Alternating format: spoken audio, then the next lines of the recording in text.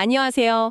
오늘 저희가 함께 깊이 파고들 자료는 왜 자산별로 전략 특성이 달라지는가라는 제목의 아주 흥미로운 리서치 브리프입니다. 네, 안녕하세요. 혹시 이런 경험 없으신가요? 주식시장에서 정말 기가 막히게 잘 맞았던 나만의 필살기가 있었는데 있죠. 이걸 코인 시장에 가져가니까 완전히 박살이다는 경험이요. 저도 비슷한 경험이 있어서 이 자료를 보자마자 이거다 싶었습니다. 다들 한 번쯤은 겪어보는 것 같아요. 오늘 분석이 바로 그 이유를 신호 처리라는 공학적인 관점에서 풀어내고 있는데요. 시작부터 아주 도발적인 문장으로 우리를 맞이합니다. 모든 시장에 통하는 성배는 없다. 그렇죠. 왜 없는지. 왜 없는지 지금부터 그 비밀을 한번 파헤쳐보겠습니다. 네, 이 자료의 가장 흥미로운 지점은 왜라는 질문에 아주 근본적인 답을 제시한다는 겁니다. 보통은 그냥 시장이 달라서 그렇겠지 하고 막연하게 생각하잖아요. 네, 그냥 그렇게만 생각하죠. 그런데 이 자료는 그 다름의 실체가 뭔지 정확하게 짚어내요. 바로 각 자산 시장을 구성하는 데이터의 주파수, 그러니까 얼마나 변덕스럽게 움직이는지, 주파수요? 그리고 가격 움직임의 분포를 나타내는 변동성의 형태, 마지막으로 가장 결정적으로 그 게임에 참여하는 플레이어들의 생태계가 완전히 다르다고 설명합니다. 플레이어들의 생태계? 네, 이 세 가지가 다르니까 같은 규칙을 적용하면 다른 결과가 나오는 건 어찌 보면 당연한 거죠. 플레이어들의 생태계가 시장의 성격을 결정한다. 정말 와닿는 말이네요. 그럼 이 부분을 한번 자세히 들여다보죠. 자료에서 예시로 든 네 가지 자산이 아주 극명한 차이를 보여주는데요. 네. 첫 번째가 바로 우리에게 익숙한 국내 코스피 ETF입니다. 네, 코스피 시장의 가장 큰 특징은 뭐랄까 거대한 자금을 운용하는 기관하고 외국인 투자자들이 프로그램 매매로 시장을 주도한다는 점이거든요. 그 알고리즘 매매 말씀이시죠? 맞습니다. 아주 정교한 알고리즘을 써서 시장의 작은 비효율성을 공략하죠. 그러다 보니까 어떤 현상이 나타나냐면요. 개인 투자자들이 드디어 전고점을 뚫었다 하고 따라붙는 순간 네. 귀신같이 매도 물량이 쏟아지면서 가격이 원래 자리로 돌아와 버리는 가짜 돌파가 아주 빈번하게 발생합니다. 정말 많이 당하죠. 그래서 자료에서는 코스피를 평균으로 회귀하려는 성향, 즉 고무줄처럼 원래 값으로 돌아오려는 힘이 아주 강한 시장이라고 정의해요. 잠깐만요. 그게 정말 흥미로운 지점이네요. 보통 주식은 장기적으로 우상향한다고 믿고 투자하잖아요. 네네. 그런데 실제 시장의 미시적인 움직임은 오히려 위로 튀어오르려는 힘보다 제자리로 돌아오려는 힘이 더 강하게 작용한다는 거군요. 이거 많은 분들이 오해하고 있을 법한 포인트 같아요. 정확합니다. 장기적인 추세랑 단기적인 노이즈는 다른 차원의 이야기니까요. 반면에 비트코인 시장을 보면 이건 완전히 다른 세상입니다. 완전히 다르죠. 올해는 기관보다는 개인, 특히 고배율 레버리지를 사용하는 트레이더들이 시장의 변동성을 주도하죠. 이분들 심리가 한 방향으로 쏠리기 시작하면 걷잡을 수가 없어요. 그래서 한번 추세가 터지면 이게 말이 되나 싶을 정도로 그 방향으로 끝없이 달려가는 모멘텀 현상이 아주 강력하게 나타납니다. 네, 맞아요. 통계학에서는 이걸 두터운 꼬리, 패테일 현상이라고 부르는데 이름이 재밌죠? 말 그대로 정규 분포 그래프의 양쪽 꼬리가 아주 두텁다는 뜻인데 상식 밖의 극단적인 가격 변동이 생각보다 훨씬 자주 일어난다는 의미입니다. 와, 정말 극과 극이네요.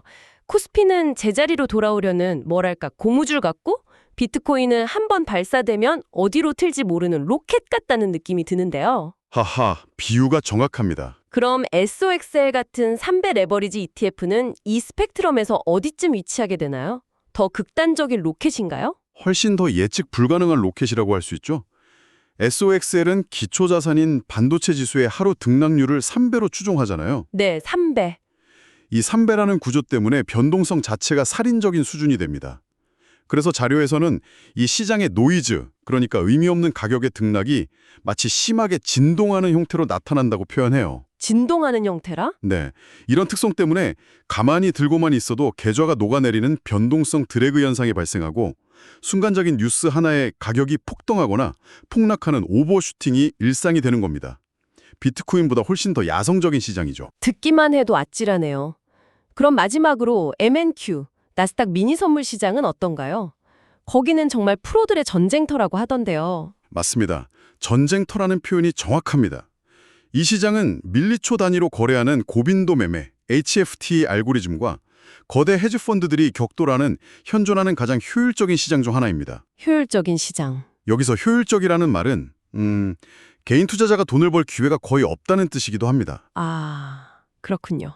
예를 들어 개인들이 손절매 주문을 걸어놓는 특정 가격대를 귀신같이 알아채고 그 가격을 살짝 건드려서 손절 물량을 받아먹는 유동성 사냥이라던가, 아, 정말 당해본 것 같아요. 또 상승할 것처럼 속임수를 줘서 추격 매수를 유도한 뒤에 바로 하락시켜버리는 휩소 같은 패턴이 아주 정교하게 설계되어 있습니다. 하, 결국 코스피의 기관, 비트코인의 개인, 나스닥의 알고리즘, 이 플레이어들이 각 시장의 게임의 룰과 물리법칙을 새로 쓰고 있는 셈이죠. 플레이어들이 시장의 물리법칙을 새로 쓴다. 이 표현이 오늘 논의의 핵심인 것 같습니다. 그럼 이렇게 제각각인 시장의 룰을 기술적으로 분석할 방법도 있을까요? 자료에서 혹시 그런 이야기도 하나요? 바로 그 지점에서 이 자료의 진가가 드러납니다. 트레이딩 전략을 개발하는 과정을 신호 처리 필터를 설계하는 공학적 문제로 치환해서 설명하거든요. 신호 처리 필터요? 네. 시장의 가격 데이터는 수많은 가짜 움직임, 즉 노이즈와 진짜 추세인 신호가 뒤섞여 있는 입력값입니다. 우리의 목표는 이 입력값에서 노이즈는 걸러내고 오직 신호, 즉 수익만 추출해내는 특별한 필터를 만드는 거죠. 와, 굉장히 직관적인 비유네요. 트레이딩 전략이 곧 필터라. 그럼 이 비유를 따라가 보면 왜 같은 필터가 다른 결과를 내는지도 설명이 되겠군요. 그렇습니다.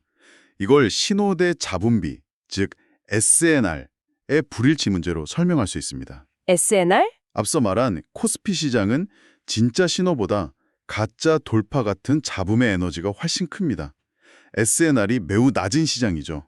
잡음이 덫이다. 네, 이런 곳에서는 아주 촘촘하고 정교한 필터, 즉 진입 조건이 극도로 까다로운 전략을 써야만 온갖 잡음에 속지 않고 진짜 신호를 골라낼 수 있습니다. 듣다 보니 궁금한 게 생겼는데요. 그럼 제가 코스피에서 쓰던 그 정교하고 깐깐한 전략을 그대로 비트코인에 적용하면 어떻게 되는 건가요? 더 정교하니까 더 좋은 거 아닌가요? 아주 좋은 질문입니다. 그게 바로 함정이죠. 비트코인 시장은 한번 추세가 터지면 신호의 에너지가 잡음을 압도할 정도로 강력합니다. SNR이 매우 높은 시장이에요. 아, 정반대군요. 이런 곳에 코스피에서 쓰던 깐깐한 필터를 들이대면 어떻게 될까요? 필터가 이건 진짜 신호일 리가 없어. 너무 강하잖아. 이건 노이즈야. 라고 판단하고 모든 기회를 다 걸러버리는 겁니다. 아, 큰 추세에 초입을 다 놓치고 나중에 뒤늦게 따라붙다가 고점에 물리게 되는 거죠. 반대로 비트코인에서 쓰던 일단 가지아 시계 단순하고 널널한 필터를 코스피에 적용하면 온갖 가짜 돌파에 전부 속아서 계좌가 순식간에 녹아내릴 거고요. 재밌네요. 결국 최고의 필터란 존재하지 않고 상황에 맞는 필터만 존재한다는 거군요. 맞습니다. 마치 트위저로 참치를 잡으려 하거나 작살로 작은 나사를 조이려는 것과 같은 이치네요. 정확한 비유입니다. 그리고 이건 또 다른 중요한 질문을 던지는데요. 바로 시간과 주파수의 문제입니다. 시간이랑 주파수요? 네, 우리는 보통 5분봉, 1시간봉, 1봉처럼 고정된 시간 단위로 시장을 분석하잖아요. 하지만 자료에 따르면 이건 시장의 동적인 특성을 완전히 무시하는 접근법일 수 있습니다. 자상마다 에너지가 폭발적으로 집중되는 시간대가 제각각이거든요. 그게 무슨 뜻이죠? 에너지가 집중되는 시간대라니요? 예를 들어 비트코인은 24시간 거래소에서 전 세계인이 참여하니까 에너지가 하루 종일 비교적 균일하게 분포하는 편입니다. 네, 그렇죠. 하지만 나스닥 선물, MNQ는 어떨까요? 모든 시장 참여자들의 관심과 자금이 미국 증시가 개장하는 그 순간 한국 시간으로 밤 10시 30분에 폭발적으로 응집됩니다. 아, 개장 시간에? 네, 마치 콘서트가 시작될 때 모든 조명과 사운드가 무대 중앙에 집중되는 것처럼요. 그 순간에는 평소와는 비교도 안 될 만큼 격렬한 움직임이 나타나죠. 네. 고정된 시간 단위로만 차트를 보는 전략은 이렇게 특정 시간대에 에너지가 증폭되는 주파수 특성을 포착할 수가 없는 겁니다. 결국 이 모든 논의가 향하는 결론은 하나인 것 같네요. 자산의 성격에 따라 전혀 다른 접근법, 전혀 다른 도구가 필요하다. 그럼 이 자료는 그래서 어쩌라고 라는 질문에 대해서도 답을 주나요? 물론입니다. 구체적인 해결책 같은 것들이요? 그게 이 자리의 미덕이죠. 크게 두 가지 접근법을 제시합니다. 먼저 비트코인이나 SOXL처럼 한번 방향을 잡으면 무섭게 뻗어나가는 추세 지속형 자산입니다. 네, 모멘텀이 강한 자산들. 이런 자산에는 가격 채널 돌파 전략이 유효하다고 말합니다. 즉, 역사적 신고가를 경신하는 그 순간이야말로 수많은 시장 참여자들의 에너지가 한 방향으로 응집되었다는 가장 강력한 신호이기 때문에 의심하지 말고 그 흐름에 올라타는 것이 유리하다는 거죠. 가장 비쌀 때 사는 게 가장 쌀 때 사는 것이라는 오래된 격언과도 통하는 이야기군요. 그렇죠. 그럼 코스피처럼 평균으로 회귀하려는 자산은 어떻게 접근해야 하나요? 정반대 방법을 써야 할 것 같은데요. 네, 접근법이 완전히 달라져야 합니다. 코스피 같은 시장에서는 눌림목 돌파 전략이 필수적이라고 강조합니다. 눌림목 돌파요. 이게 무슨 말이냐면 일단 특정 저항선을 돌파하는 움직임이 나와도 바로 따라붙지 말라는 겁니다. 왜냐하면 가짜 돌파일 확률이 높으니까요. 아까 이야기했던. 네, 대신 돌파 이후에 일시적으로 가격이 하락하면서 되돌림을 줄 때까지 기다리는 겁니다. 그리고 그 하락이 이전에 돌파했던 저항선 근처에서 멈추고 다시 지지받는 것을 확인한 후에 진입해야 승률이 보장된다는 거죠. 아하.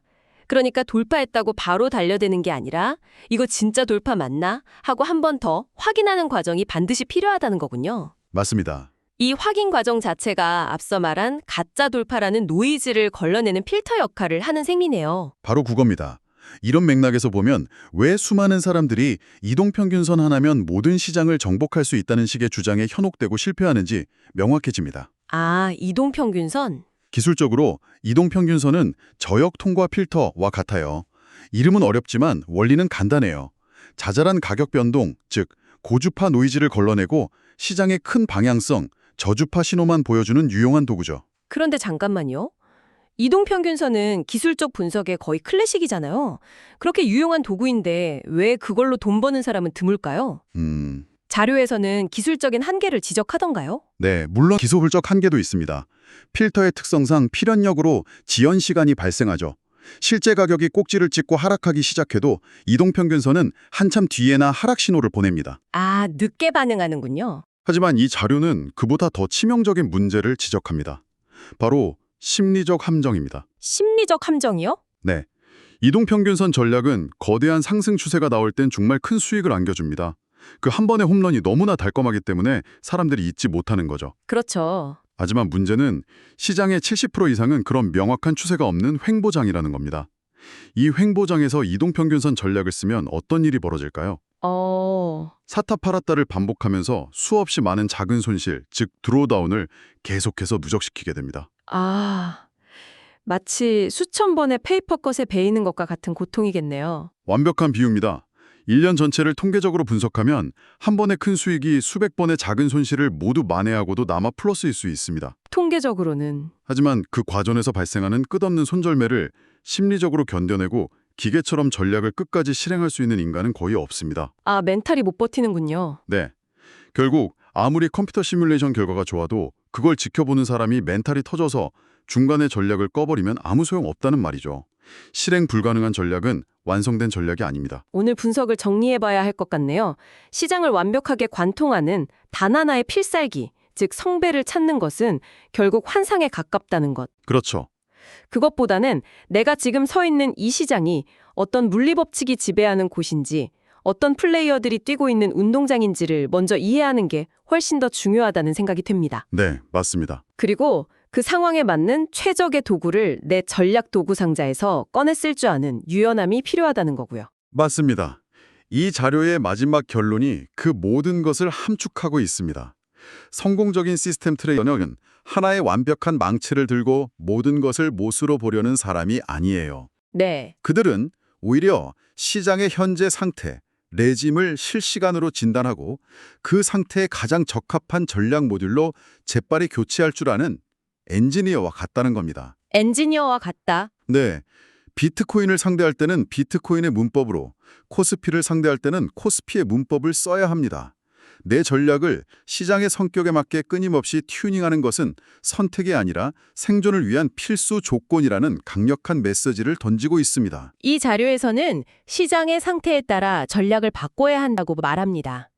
그렇다면 여기서 한 걸음 더 나아가 이런 질문을 던져볼 수 있겠네요. 네, 시장의 다음 움직임을 예측하는 것보다 더 중요한 기술은 어쩌면 지금 시장이 어떤 성격을 가진 상태인지 정확하게 진단하는 능력이 아닐까요? 시장의 성격 자체가 바뀌는 그 순간을, 예를 들어 지루한 평균 회귀 장세에서 갑자기 폭발적인 추세 장세로 전환되는 그 찰나를 우리는 과연 어떤 신호로 알아차릴 수 있을까요?